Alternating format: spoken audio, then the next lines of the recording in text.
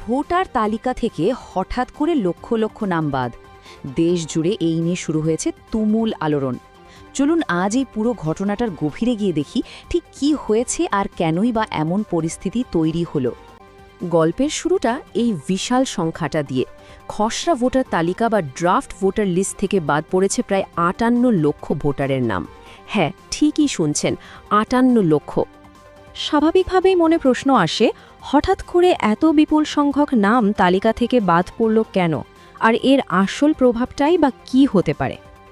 আচ্ছা, এই যে এত বড় একটা পদক্ষেপ নেওয়া হলো, এর পেছনে নির্বাচন কমিশনের যুক্তিটা ঠিক কী?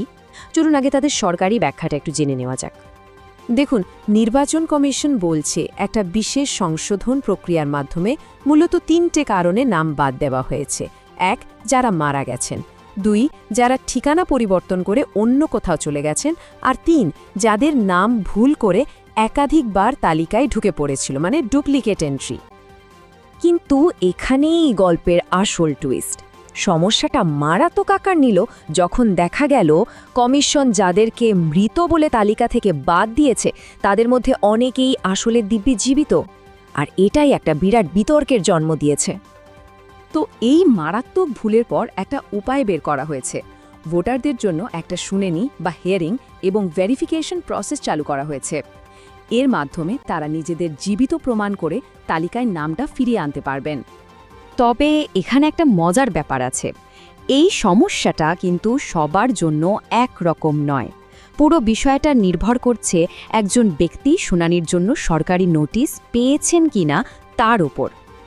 তো যাদের কাছে নোটিশ পৌঁছেছে, তালিকায় ফেরার জন্য তাদের কয়েকটা ধাপ পেরোতে হবে। প্রথমে নোটিশটা নিতে হবে, তারপর নির্দিষ্ট দিনে শুনানিতে হাজির হতে হবে। সেখানে ১৩টা অনুমোদিত ডকুমেন্টের মধ্যে যে কোনো একটা দেখাতে হবে, আর তারপর চূড়ান্ত সিদ্ধান্তের জন্য অপেক্ষা করতে হবে। আর এই পুরো প্রক্রিয়ার মধ্যে একটা বড়সড় পরিবর্তন এনেছে সুপ্রিম কোর্টের একটা রায়।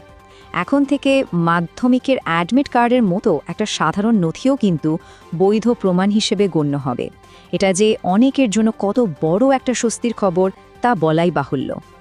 একটা সাধারণ প্রশাসনিক প্রক্রিয়া কি করে যে একটা বিরাট রাজনৈতিক ও আইনি বিতর্কের জন্ম দিল, চলুন এবার সেই দিকটা একটু ভালো করে দেখা যাক।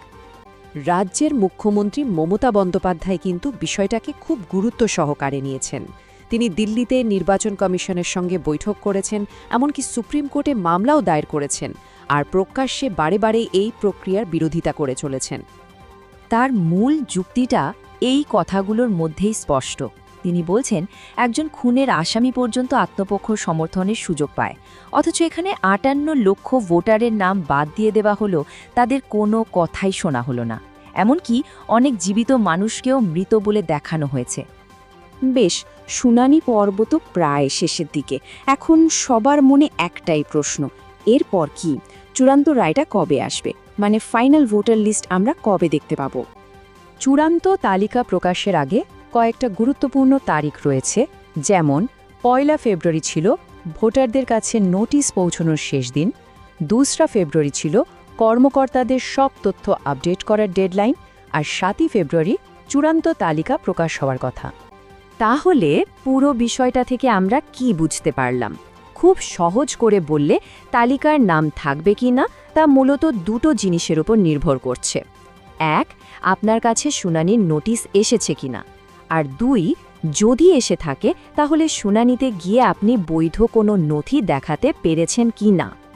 সুতরাং শেষ পর্যন্ত বল কিন্তু জাতীয় নির্বাচন কমিশনের কোর্টে। তারাই সবকিছু খতিয়ে দেখে চূড়ান্ত তালিকা প্রকাশ করবে, আর সেটাই হবে ফাইনাল। কিন্তু সবশেষে একটা বড় প্রশ্ন কিন্তু থেকেই যাচ্ছে।